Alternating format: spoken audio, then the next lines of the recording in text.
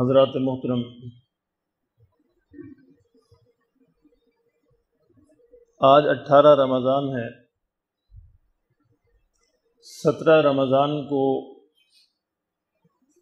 اس کائنات نے بدر کے میدان میں ایک عجیب واقعہ دیکھا،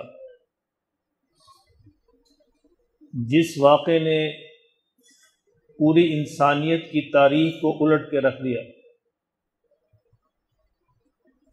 غزوہ بدر 17 رمضان کو ہی جمعے کا دن تھا۔ اس دن آپ سمجھیں کہ تقریباً 1450 برس پہلے نہتے لوگوں کی ایک جماعت بدر کے میدان میں کھڑی تھی اور وہ تاریخ کے دھارے کا رخ موڑ رہی تھی، تاریخ کا فیصلہ کر رہے تھے۔ اللہ رب العزت نے 2 آیات میں نے آپ کے سامنے تلاوت کی ہیں۔ پہلی آیت سورہ آل عمران میں اللہ نے فرمایا کہ ہم نے بدر کے میدان میں تمہاری مدد کی۔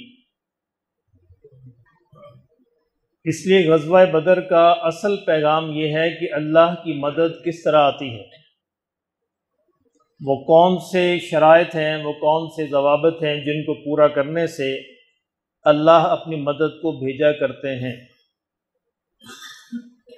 اور دوسری آیت میں اللہ رب العزت نے ارشاد فرمایا کہ یہ دن، غزوہ بدر کا جو دن تھا، یہ یوم الفرقان ہے۔ یوم الفرقان کسے کہتے ہیں؟ فرقان ہوتا ہے حق اور باطل میں فیصلہ کرنے والی چیز۔ آپ ذرا اندازہ فرمائیں کہ اللہ رب العزت نے قرآن مجید کو فرقان کہا ہے، یعنی قرآن مجید کی جو صفات بیان ہوئی ہیں خود قرآن کے اندر، اس میں قرآن کا ایک نام فرقان بھی ہے۔ تو ظاہر ہے قرآن حق و باطل کا فیصلہ کرتا ہے، اس میں کوئی شک و شبہ نہیں۔ بین ہی اسی طرح اللہ نے اس دن کو بھی یوم الفرقان کہا ہے۔ گویا غزوہ بدر کی اہمیت کا اندازہ اسی ایک لفظ سے لگا لیجئے کہ جو صفت اللہ نے قرآن کے بارے میں استعمال کی ہے، وہی صفت اللہ نے اس دن کے بارے میں بھی استعمال کی۔ اتنا اہم دن تھا، اور یہ بات بھی ہے، معمولی بات نہیں تھی کہ جس دن سگے رشتے آمنے سامنے تھے، ابو بکر ادھر تھے تو ان کا بیٹا ادھر تھا کافروں کی طرف، عبد الرحمن ابھی تک ایمان نہیں لائے تھے۔ حضرت عمر ادھر تھے تو ماموں ادھر تھے، حذیفہ ادھر تھے تو سکا باپ ادھر تھا، اور وہ غزوہ بدر کے اندر قتل بھی ہوا، اور بیٹے کے سامنے اس کی لاش کو کھینچ کر کنویں کے اندر ڈالا بھی گیا۔ تو یہ ہے یوم الفرقان کہ جب سگے رشتے آمنے سامنے تھے، ابو بکر کے بیٹے نے کہا رضی اللہ تعالیٰ عنہ کہ ابا جان، بدر کے میدان میں آپ میری تلوار کے نیچے تھے، موقع تھا میرے پاس، چاہتا تو آپ کو قتل کر دیتا، لیکن باپ سمجھ کر چھوڑ دیا۔ ابو بکر نے کہا کہ بیٹے، اگر مجھے موقع ملتا تو رسول اللہ کا دشمن سمجھ کر قتل کر دیتا۔ یہ تھا فیصلہ کرنے والا دن کہ حق کس طرف ہے اور باطل کس طرف ہے، اسی لیے اللہ نے اسے یوم الفرقان کہا ہے۔ اور دوسری بات کہ بالکل وہ لوگ نہتے جن کے پاس کوئی اسباب نہیں، کوئی وسائل نہیں، یعنی پورے لشکر کے پاس صرف 2 گھوڑے تھے، اور بدر کا میدان مدینہ منورہ سے 80 میل کے فاصلے پر ہے، تھوڑا فاصلہ نہیں ہے، تقریباً 130 کلومیٹر کا فاصلہ ہے۔ اور یہ وہ راستہ ہے جو پرانی گزرگاہ تھی، یہ مکہ سے مدینے کا راستہ یہیں سے گزرتا تھا، جو پرانی سڑک ہے اب بھی، وہ مکہ سے مدینہ جو جاتی اسی راستے سے جاتی۔ اب تو نئی موٹر وے بنی ہے، وہ طریق الہجرہ کے نام سے، یہ اس راستے پہ بنی ہے جس پر نبی صلی اللہ علیہ وسلم نے ہجرت فرمائی تھی۔ باقاعدہ تحقیق کر کے اس راستے کا انتخاب کیا گیا، اور پھر اسی راستے پر یہ طریق الہجرہ بنائی گئی۔ اب جب حجاج سفر کرتے ہیں تو وہ اسی راستے پہ سفر کرتے ہیں جس پر حضور صلی اللہ علیہ وسلم تشریف لائے تھے مدینہ منورہ۔ لیکن بدر کا پرانا راستہ، جو مکہ اور مدینہ کا پرانا راستہ، یہ بدر سے گزرتا تھا، اور بدر ایک اہم ایک میدان ہے تقریباً 4.5 کلومیٹر، یہ 4.5 میل یا کلومیٹر چوڑائی ہے اس کی، اور ارد گرد جو ہے اس کے پہاڑ ہیں، اور یہ ایک تجارتی گزرگاہ تھی، یمن اور شام کے سارے قافلے اسی راستے سے گزرا کرتے تھے، مکہ والوں کے بھی اور دوسرے بھی۔ تو یہ ایک بڑا اہم مقام تھا۔ اس مقام کے اندر اللہ رب العزت نے اس پوری دھرتی اور اس پوری کائنات کی تقدیر کا فیصلہ فرمایا۔ یعنی آقا دو عالم صلی اللہ علیہ وسلم کی وہ جو مشہور جو دعا ہے جو بدر کے میدان میں آپ نے کی تھی، اس کا یہی جملہ ہے کہ میرے مالک اگر آج یہ مٹھی بھر لوگ مٹ گئے تو پھر قیامت تک تیرا نام لیوا کوئی نہیں رہے گا۔ اب اندازہ کریں کہ 300 یا 313 لوگ ہیں، وہ اس کائنات کی تقدیر کا فیصلہ کر رہے ہیں۔ کسی کے پاس تلوار ہے، کسی کے پاس وہ بھی نہیں ہے، کسی کے پاس پھٹے ہوئے کپڑے ہیں، کسی کے پاس کھجور کی ٹہنی ہے، کسی کے پاس ڈنڈا ہے، کسی کے پاس لاٹھی ہے، یہ ہتھیار ہے۔ اس لیے اللہ نے یوم الفرقان کہا کہ یہ میری مدد سے ہوا ہے، یہ میری سکیم تھی، یہ میرا فیصلہ تھا کہ میں دنیا کو دکھاؤں کہ جب اللہ مقابلے پہ آتے ہیں تو پھر پوری کائنات نہیں ٹک سکتی۔ اور دوسری طرف 1000 کا لشکر ہے، اور پھر اس لشکر کو اللہ نے مدینے سے مقابلے کے لیے نہیں نکالا تھا۔ یعنی یہ لشکر اس لیے نکلا تھا کہ نبی صلی اللہ علیہ وسلم نے اس دن صحابہ سے کہا کہ کفار جو ہے ان کا قافلہ شام سے تجارت کر کے آ رہا ہے، اور یہ قافلہ انہوں نے اس مقصد کے لیے بھیجا ہے کہ اس سے لڑائی کا سامان تیار کیا جائے، جنگی سامان تیار کیے جائے۔ تو ایک جنگی تدبیر کے طور پر نبی صلی اللہ علیہ وسلم نے فرمایا کہ اس قافلے کو روکنا چاہیے تاکہ یہ سارے اسباب جمع کر کر مدینے پہ حملہ نہ کرے۔ مقصد صرف یہ تھا، جنگ کرنا مقصد نہیں تھا۔ اب یہ صرف، اور وہ 40 لوگ تھے قافلے کے ساتھ، صرف کفار کی طرف سے جو قافلہ وہ تجارتی آ رہا تھا ابو سفیان کی سرکردگی میں 40 لوگ تھے صرف۔ تو یہ 300 یا 313 لوگ جو ہے نکلے، بالکل نہتے، کچھ بھی نہیں ہے، چند گھوڑے ہیں اور 2 گھوڑے ہیں، چند اونٹ ہیں، چند تلواریں ہیں، چند تیر ہیں، اس کے علاوہ کچھ نہیں۔ اب جب بدر کے میدان میں پہنچے، اس سے قریب پہنچے، تو نبی صلی اللہ علیہ وسلم کو خبر ملی کہ معاملہ تو بدل گیا ہے، یعنی قافلہ تو چلا گیا ہے، اور اس کے بالمقابل 1000 کا لشکر جو ہے ابو جہل کی سرکردگی میں یہ مدینے پر حملہ کرنے کے لیے آ رہا۔ اب انہوں نے سوچا کہ یہ ایک مناسب موقع ہے، ابو جہل نے سوچا کہ اب مسلمانوں کا صفایا کر دینا چاہیے، ہیں ہی کتنے، 300-400 لوگ ہیں، ان کی کیا حیثیت ہے۔ اور اوپر اللہ کا اپنی ایک پلاننگ تھی، یعنی مکہ کے 13 برس اللہ نے مسلمانوں کو اجازت نہیں دی کہ تم ہاتھ اٹھا سکو، قریش کا مقابلہ کر سکو۔ وہاں پہ صرف یہ تھا مار کھائے جاؤ، تمہیں جواب نہیں دینا ان کو، مار کھاؤ۔ یعنی مکہ کے 13 برس ان کا ایمان بنایا، اور جب ایمان اس لیول پہ پہنچ گیا کہ جہاں اللہ کی مدد آتی تو پھر کہا اب ٹھیک ہے، اب نکلو۔ یعنی اللہ کی مدد ایمان کے ساتھ آتی ہے، ایمان کا ایک خاص لیول ہونا چاہیے، اس طرح اس کے بغیر نہیں آتی۔ اب جب یہ قافلہ پہنچا تو نبی صلی اللہ علیہ وسلم نے صحابہ کی میٹنگ بلائی، وہاں پہ ٹھہرے اور پوچھا کہ اب کیا کیا جائے۔ صورتحال بدل گئی ہے، اب 1000 کا لشکر سامنے ہے اور پورے طرح مسلح ہیں، اور ہم تو غیر مسلح ہیں، ہمارے پاس تو کچھ بھی نہیں ہے۔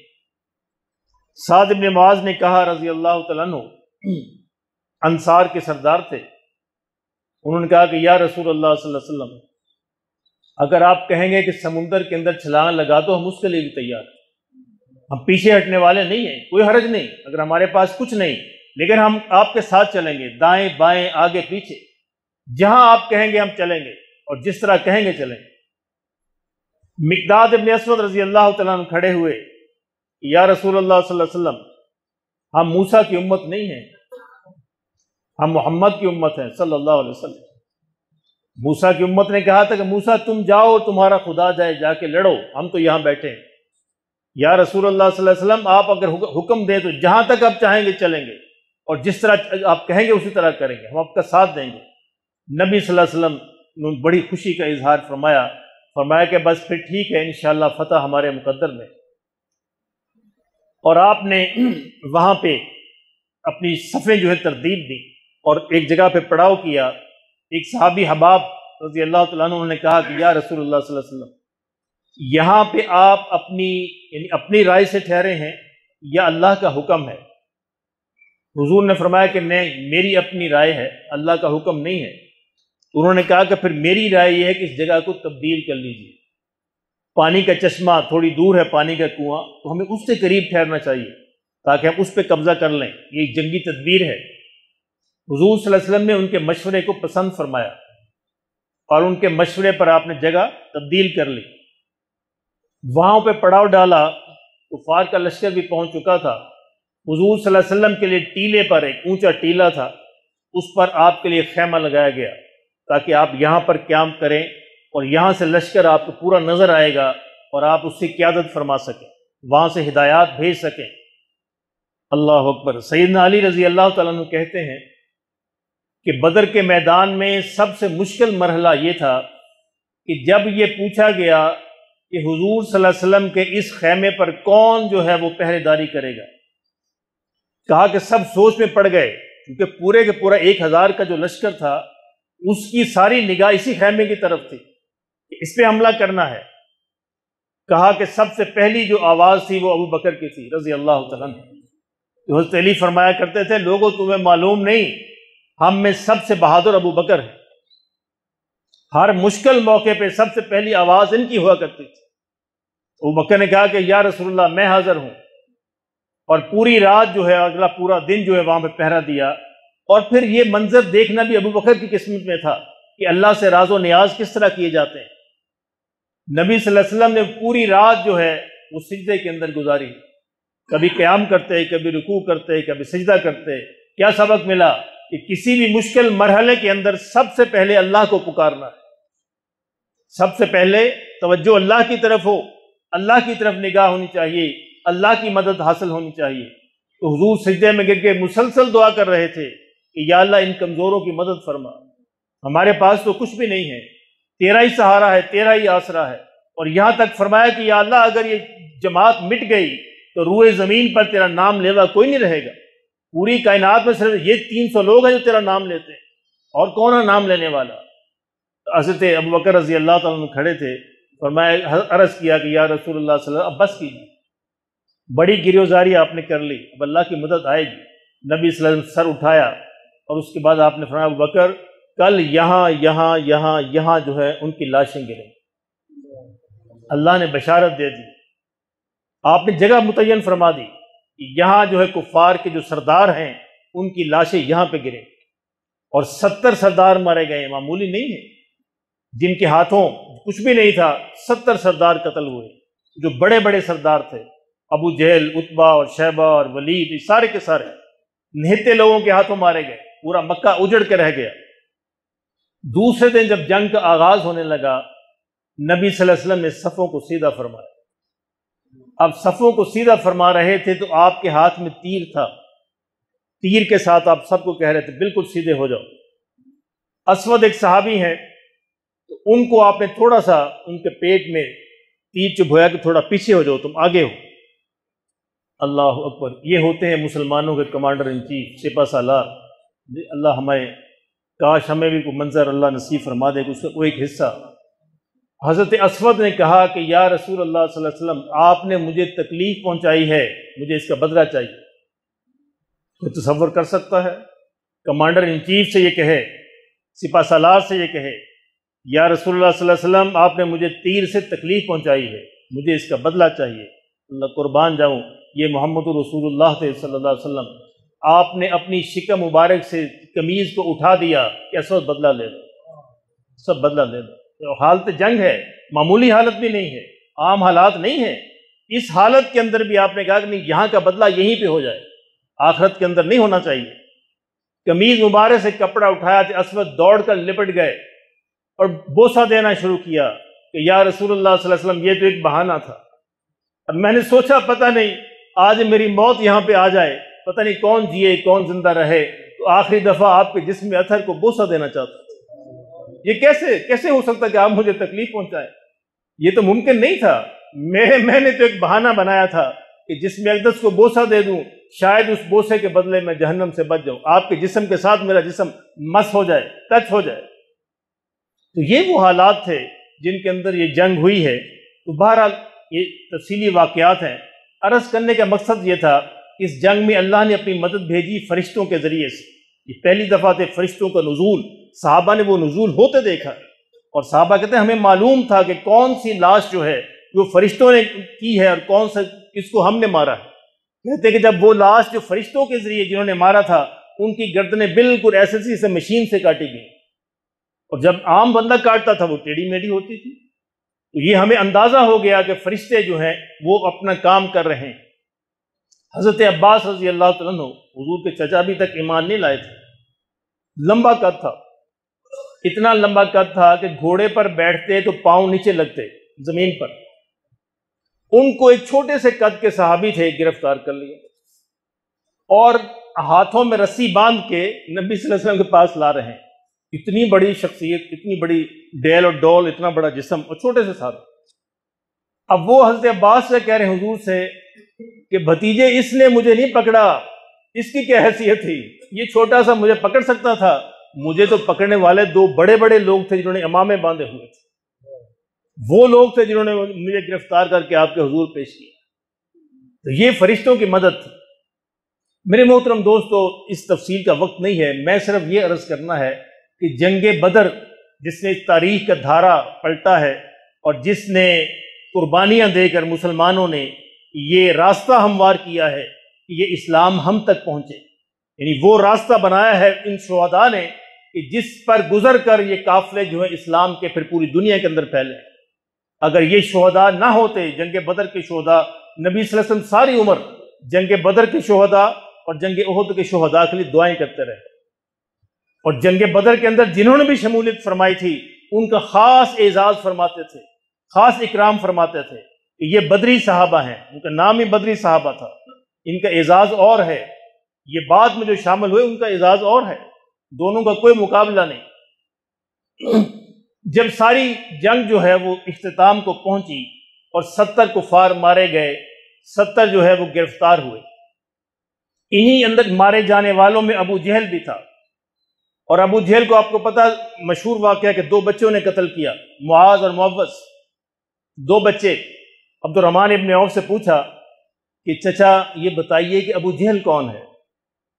اس نے کہا تم نے کیا کرنا، چھوٹے چھوٹے بچے ہو، بڑا سردار ہے. اس نے کہا نہیں، ہم نے سنا ہے کہ وہ ہمارے نبی کو گالیاں دیتا ہے.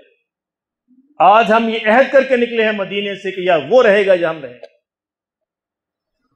حضرت ابو الرحمن ابن عوف کہتے ہیں کہ میں نے اشارے سے کہا کہ وہ جو گھوڑے پہ سوار، کہتے ہیں مجھے اندازہ ہی نہیں ہوا کہ بچے تیر کی طرح، عقاب کی طرح وہاں پہ جھپٹے، اور ایک نے اس کے گھوڑے پہ حملہ کیا، دوسرے نے اس کی ٹانگ پر حملہ کیا. اونچے تو تھے نہیں، اوپر تک جا نہیں سکتے تھے.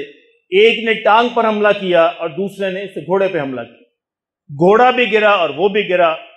اب جب وہ گرا تو عبداللہ ابن مسعود پہنچے، اور عبداللہ ابن مسعود رضی اللہ تعالیٰ عنہ انہوں نے اس کا خاتمہ کیا. اب جو خاتمہ اللہ حضور فرمایا کرتے تھے میری امت کا فرعون، اب اس نے مرتے ہوئے بھی اپنی فرعونیت کا مظاہرہ کیا. آپ فرماتے تھے یہ موسیٰ کی امت کے فرعون سے بڑا فرعون ہے. یعنی موسیٰ کی امت کا فرعون تو آخری وقت میں مان گیا تھا کہ میں موسیٰ کے رب پر ایمان لاتا ہوں جب پانی میں ڈوب رہا تھا، لیکن یہ فرعون جب اس کی گردن کاٹی جانے لگی تو عبداللہ ابن مسعود سے کہنے لگا ذرا میری گردن کو نیچے کر کے کاٹنا تاکہ اونچی گردن ہو، پتہ چلے سردار کی گردن ہے. تکبر کا یہ عالم تھا، غرور کا یہ. اس لیے حضور نے فرمایا کہ موسیٰ کی امت کا جو فرعون تھا اس سے بڑا فرعون تھا. بہرحال وہ بھی مارا گیا. امیہ ابن خلف جو حضرت بلال رضی اللہ تعالیٰ عنہ کو سزائیں دیتا تھا وہ بھی مارا گیا، اور اس طرح بڑے بڑے سارے سردار مارے گئے. اور جب 70 سردار جو ہے اور 70 کفار قید ہوئے تو مشورہ ہوا کہ ان کا کیا کرنا ہے. بہرحال مختلف صحابہ نے مختلف مشورے دیے، اور حضرت ابو بکر نے عرض کیا کہ یا رسول اللہ صلی اللہ علیہ وسلم میرا خیال یہ ہے کہ ان کو فدیہ لے کر، تاوان لے کر، جرمانہ لے کر چھوڑ دیا جائے. اور حضور نے اس مشورے کو پسند فرمایا اور یہ طے پایا کہ جن کے پاس جرمانہ ادا کرنے کی صلاحیت نہیں ہے وہ 10 مسلمانوں کو پڑھائیں گے. مجھے آپ کو صرف یہ ایک پوائنٹ بتانا ہے. آپ اندازہ کریں دشمن قوم ہے، مارنے کے لیے آئی ہے، لیکن تعلیم کی اتنی اہمیت ہے کہ نبی صلی اللہ علیہ وسلم نے تعلیم ان کے ذمہ بھی لگا دی. دشمن ہیں، کافر ہیں، سب کچھ ہے، لیکن آپ میں تعلیم حاصل کرو. تعلیم کی اتنی اہمیت ہے جو آج ہمارے معاشرے میں سب سے پیچھے جس کی اہمیت ہے. ہمارے بجٹ میں سب سے کم جو بجٹ ہوتا ہے وہ تعلیم کا ہوتا ہے. یہ ایک ٹریجڈی ہے ہمارے ساتھ. سب سے کم اہمیت جو ہوتی ہے وہ تعلیم اور علم کی ہے، اور نبی صلی اللہ علیہ وسلم کے ہاں سب سے بڑی اہمیت تعلیم کی تھی. بہت سے لوگ ایسے تھے جو فدیہ ادا نہیں کر سکتے تھے، تو آپ نے کہا تم نے 10 مسلمانوں کو پڑھانا ہے. اگر 10 مسلمانوں کو لکھنے پڑھنے کے قابل کر دو گے تو تمہیں آزاد کر دیا جائے گا. اور جو فدیہ دے سکتے ہیں ان کے ذمے سے 4000 درہم یہ فدیہ مقرر ہوا کہ 4000 درہم بھیجیں، اور 4000 درہم بھیج کر اپنے قیدی چھڑا لیں. اللہ اکبر. عجیب جی منظر تاریخ میں دیکھے. حضور کی بیٹی سیدہ زینب رضی اللہ تعالی عنہ، ان کے خاوند ابھی مسلمان نہیں ہوئے تھے، اور یہ وہی تھے مکہ مکرمہ میں تھے. وہ بھی شریک ہوئے، جنگ کے اندر شریک ہوئے اور قید ہوئے.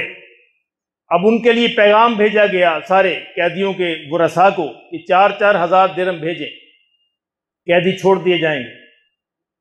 حضرت زینب کے پاس کچھ سامان نہیں تھا، تو آپ نے وہ قیمتی ہار جو تھا جو ان کو جہیز میں ملا تھا، حضرت خدیجہ رضی اللہ تعالیٰ عنہ نے دیا تھا، وہ بھیج دیا. اللہ اکبر. جب وہ ہار نبی صلی اللہ علیہ وسلم کے سامنے پیش کیا گیا تو حضور صلی اللہ علیہ وسلم کی آنکھوں میں آنسو آ گئے. خدیجہ یاد آ گئی. اور یہ سپہ سالار، مسلمانوں کے سپہ سالار ایسے ہوتے. حضور نے کہا صحابہ سے، میرے صحابہ اگر تم اجازت دو تو ایک بیٹی کو اس کی ماں کی نشانی واپس کر دو. اللہ اکبر. حضور آل ان آل تھے، خود کر سکتے تھے، کمانڈر ان چیف تھے، لیکن نہیں، انصاف یہ ہوتا ہے، عدل یہ ہوتا ہے. صحابہ سے اجازت لی، اگر تم اجازت دو ایک بیٹی کو اس کی ماں کی نشانی واپس کر دو. صحابہ رو پڑے، یا رسول اللہ صلی اللہ علیہ وسلم کون سی اجازت، ہم سب آپ کے ہیں، ہمارا مال ہماری جانیں سب آپ کی ہیں، اب جیسے چاہیں استعمال کریں. تو وہ ہار ان کو واپس کیا گیا، اور ابو العاص جو ان کے شوہر تھے ان کو اس شرط پر چھوڑا گیا کہ تم واپس جا کر مکہ زینب کو مدینہ بھیج دو گے. اور وہ اس سے اتنے خوش ہوئے کہ وہ بھی پھر ایمان لے آئے. اصل میں تو یہ ساری ایمان لانے کی گیم تھی. نبی صلی اللہ علیہ وسلم جو بھی کر رہے تھے پیچھے مقصد یہ تھا کہ لوگ ایمان لے آئے. تو اللہ ہمیں اس کی سمجھ نصیب فرمائے. غزوہ بدر کے 2 واقع یعنی 2 سبق یاد رکھیے. بہت سارے اسباق ہیں. پہلا سبق کہ تعلیم کو اہمیت دینی ہے. حالت جنگ کے اندر بھی تعلیم کو پیچھے نہیں چھوڑنا. کفار سے حاصل کرنی پڑے تو کفار سے بھی حاصل کرو. آج لوگ کہتے ہیں نا کہ فلاں فلاں سے پڑھ رہا ہے، فلاں فلاں سے پڑھ رہا ہے، وہ تو جناب اس طرح ہے. وہ کوئی حرج نہیں ہے. یہ بھی سارے پکے کافر تھے، مسلمانوں کو قتل کرنے آئے تھے. ان کے ذمے آپ نے لگایا کہ ان کو تعلیم دو. تعلیم حاصل کی جائے، کسی سے بھی کی جائے، تعلیم حاصل کی جائے. اپنی قوم کو شعور دیا جائے. قومیں تعلیم سے اوپر اٹھتی ہیں، علم آگے بڑھاتا ہے. اور دوسرا سبق جو سب سے بڑا سبق ہے کہ اللہ کی مدد کس طرح آتی ہے. اللہ کی مدد اس وقت آتی ہے جب انسان اپنا سب کچھ لگانے پہ تیار ہو جاتا ہے. اب دیکھیں حضور کے پاس جو کچھ تھا، صحابہ کے پاس جو کچھ تھا، حضور نے فرمایا کہ میری یہ 13 برس کی یہی کمائی ہے. یا اللہ 13 برس کی کمائی لے کے تیرے حضور حاضر ہوں. میرے پاس کچھ اور ہوتا تو وہ بھی لے آتا. تو یہ کمائی اور کچھ بھی نہیں لا سکا. جب انسان اپنا سب کچھ لگا دیتا ہے تو پھر اللہ کی مدد آتی. اللہ کی مدد کا ضابطہ یہ ہے. غزوہ بدر یہ سکھا رہا ہے کہ اللہ اپنی مدد تب بھیجتے ہیں جب مسلمان اپنا سب کچھ لگانے پہ تیار ہو جائیں. آج کیوں نہیں آتی مدد؟ مسلمان لگانے پہ تیار نہیں ہے. اب دیکھتے نہیں فلسطین کا کیا حال ہو رہا ہے. کوئی لگانے کو تیار نہیں. ارد گرد کے جتنے مسلمان ممالک ہیں سب خاموش ہیں. قبرستان کی خاموشی چھائی ہوئی. اگر وہ لگانے پہ سب کچھ تیار ہوتے تو اللہ کی مدد آتی. اللہ آج بھی وہی ہے. بدلے ہیں تو ہم بدلے ہیں، بدلے ہیں تو ہم بدلے ہیں. اللہ کی مدد، اللہ کے ضابطے نہیں بدلے. اللہ ہمیں اس کی سمجھ نصیب فرمائے، سنت ادا فرمائے.